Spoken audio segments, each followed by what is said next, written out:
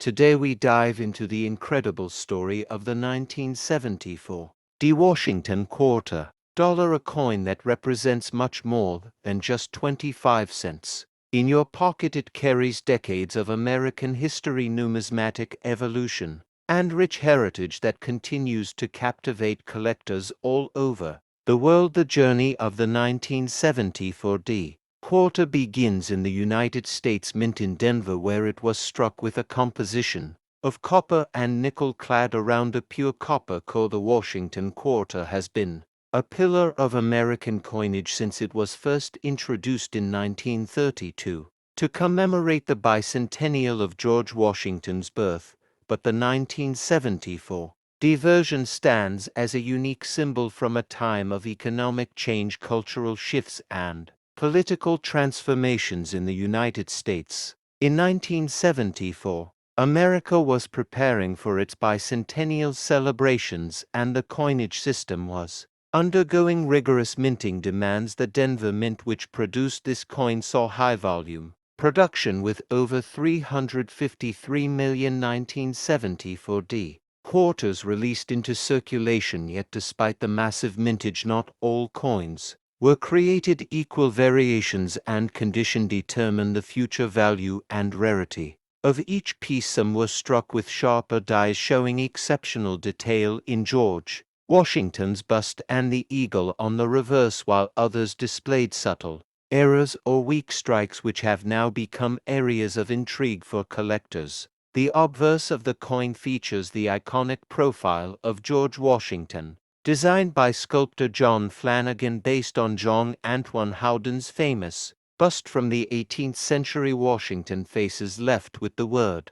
liberty above his head and the motto, "In God We Trust," to the left of his neck, with the year 1974 below his chin. The D mint mark appears just to the right of the ribbon at the base of his hair, indicating it was struck in Denver. On the reverse we find a powerful eagle with wings spread perched atop a bundle of arrows with two olive branches beneath, representing both strength and peace. The word United States of America arcs along the top, with e pluribus unum just below, and quarter dollar centered at the bottom. But what makes the 1974 D. quarter truly fascinating is its context in American coinage history. During the 1970s, the cost of silver had already driven silver coinage out of everyday circulation, and copper nickel-clad coins had become the new standard.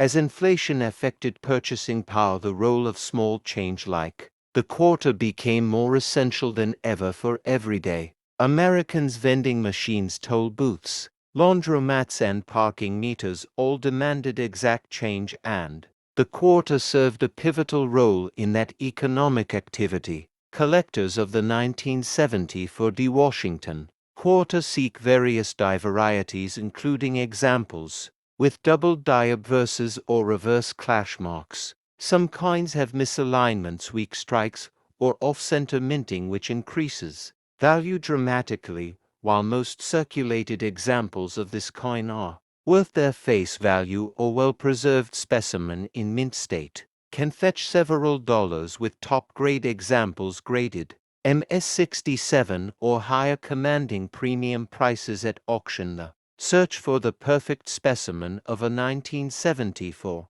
D. Washington quarter is a passion among numismatists who appreciate the fine details, mint luster, and clean strike characteristics that define high-grade coins. Furthermore, these coins can carry sentimental value passed down from generation to generation. They often emerge from forgotten coin jars and family heirlooms, offering a tangible link to history for many Americans and coin lovers worldwide. It's not just about the metal or the face value, it's about the stories they tell and the hands they have passed through over the decades. The 1974 D. quarter has also been found in coin roll hunts and pocket change as a pleasant surprise for hobbyists and new collectors alike. Thanks to its wide circulation yet occasional high-grade survivals, it bridges the gap between common and collectible. As we explore this coin's minting process, we uncover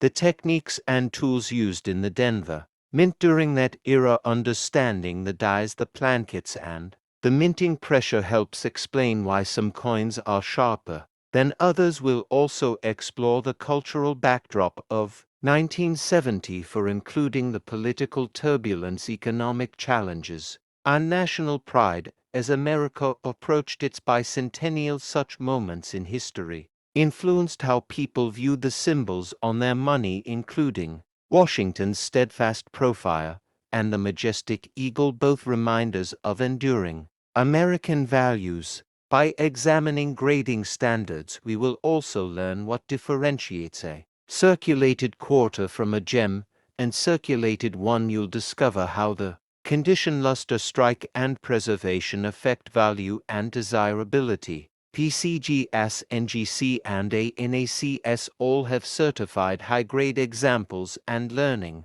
how to spot one can elevate your coin collecting game to a new level. We will also take time to compare it with other quarters from that decade, including the 1976 bicentennial quarter that followed 2 years later, a coin that dramatically changed the reverse design for a limited period. But the 1974 quarter remains the last of its kind before the national celebration altered American coinage. Briefly, we'll also talk about how these coins are stored, preserved, and displayed by collectors, from airtight capsules and archival albums to professional slabbing services. Will cover best practices for long-term care, ensuring your 1974 Washington quarter stands the test of time and increases in value. Will even explore counterfeit detection, what to avoid, and how to authenticate your coin for buying, selling, or appraising purposes.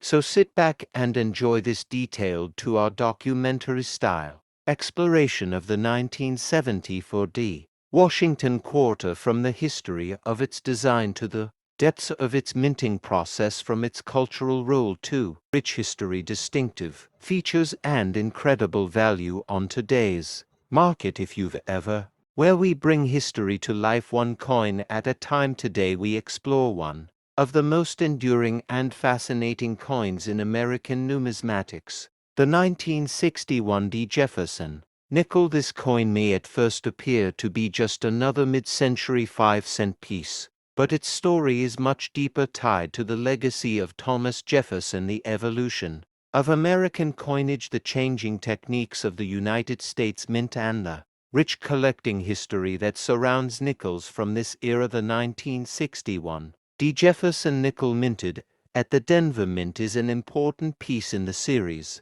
known for its complexity, its varieties, and its subtle but critical condition rarities that attract serious collectors. To understand the 1961 Jefferson nickel, we need to go back to the origins of the Jefferson series, which began in 1938 following a design competition to replace the long-running Buffalo nickel. The winning design came from Felix Schlag, whose profile of Thomas Jefferson was chosen for the obverse, and an image of Monticello, Jefferson's Virginia home, was used on the reverse. The original design went through minor modifications over the years, but its classical simplicity has helped it stand the test of time. The series ran uninterrupted until 2004, when it was temporarily replaced by the Westward Journey series. But even within this long run, some years stand out as especially significant, and 1961 is one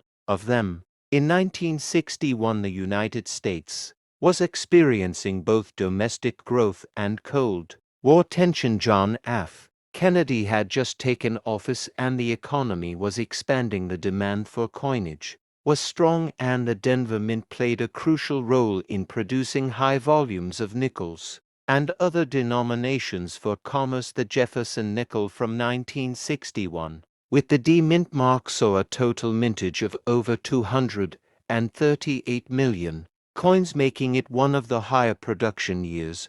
But what makes this coin valuable and intriguing is not its mintage figure, but the combination of strike quality die, states minting anomalies, and its place in collector history. The 1961 Jefferson Nickel is notorious among collectors for being one of the most difficult Jefferson nickels from the 1960s to find in high grade with sharp detail and full steps. The term full steps refers to the staircase at the base of Monticello, on the reverse of the coin, which when fully struck appears with 5 or 6 distinct steps. Most nickels from this year and mint were struck with worn or misaligned dies, resulting in poor detail, especially in the steps. Area coins with full steps from 1961 D are rare and command a significant premium in the market because of the difficulty in finding them in uncirculated condition with that level of sharpness. One of the most fascinating aspects of the 1961 D Jefferson nickel lies in its die varieties and minting characteristics. Collectors have identified repunched mint marks, die cracks, and other minor anomalies that make certain specimens especially interesting. The repunched mint mark then once in slightly different positions, which collectors can detect under magnification, and these RPMs can raise the value of the coin dramatically, especially when paired with full steps and high-grade surfaces. We will explore the minting process at the Denver Mint during the early 1960s, including how dies were prepared, how plankets were fed, and how strike pressure and maintenance affected coin output. The mint was under heavy production schedules during this time, and often reused dies beyond their optimal lifespan, leading to worn details and increased chances of die fatigue. This directly impacted the quality of the 1961 D nickels and explains why high-grade examples are so rare. We will also look at how modern grading services like PCGS and NGC evaluate these coins, what constitutes a full steps designation, and how strike quality influences both collector demand and market price. Throughout this video we will compare certified examples from various grades, showing the differences between circulated coins, mint state, 60 to 65 examples, and those elusive MS66 or higher full steps pieces. We will analyze past auction results, recent price guide updates, and the impact of registry set competition on the value of this coin. Serious collectors who build Jefferson nickel registry sets often pay large premiums for key date full steps coins like the 1961 D, and this has driven the market upward over the past 2 decades. We will also place the 1961 D Jefferson nickel in historical and numismatic context, discussing the role of the nickel in commerce during the early 1960s, the design legacy of Felix Schlag, who later saw some of his design elements revised in the early 2000s, and the cultural place of Jefferson as a symbol of American ideals of liberty and learning. The coin represents more than a denomination. It is a tribute to a founding father and a reflection of minting technology and quality control in mid-20th century American. For collectors looking to acquire the 1961 D Jefferson nickel, we will provide in-depth guidance on how to find high-grade examples, what to look for in full steps designations, how to spot repunched mint marks, and what red flags to watch out for when buying raw coins online or at coin shows. We will also examine population reports from the major grading services to show just how rare top-tier examples really are, and by the end of this deep dive you will have a full understanding of the history, the minting process, the collector market, and the investment potential of the 1961 D Jefferson nickel. Whether you are a casual viewer, new coin collector, or a seasoned numismatist, the story of this coin will enhance your appreciation for the depth and richness of American coinage. This is LC Coins World, where we turn coins into history lessons and history into collectible treasures. So stay tuned for a detailed journey through one of the most interesting nickels ever produced by the United States Mint, the 1961 D Jefferson nickel.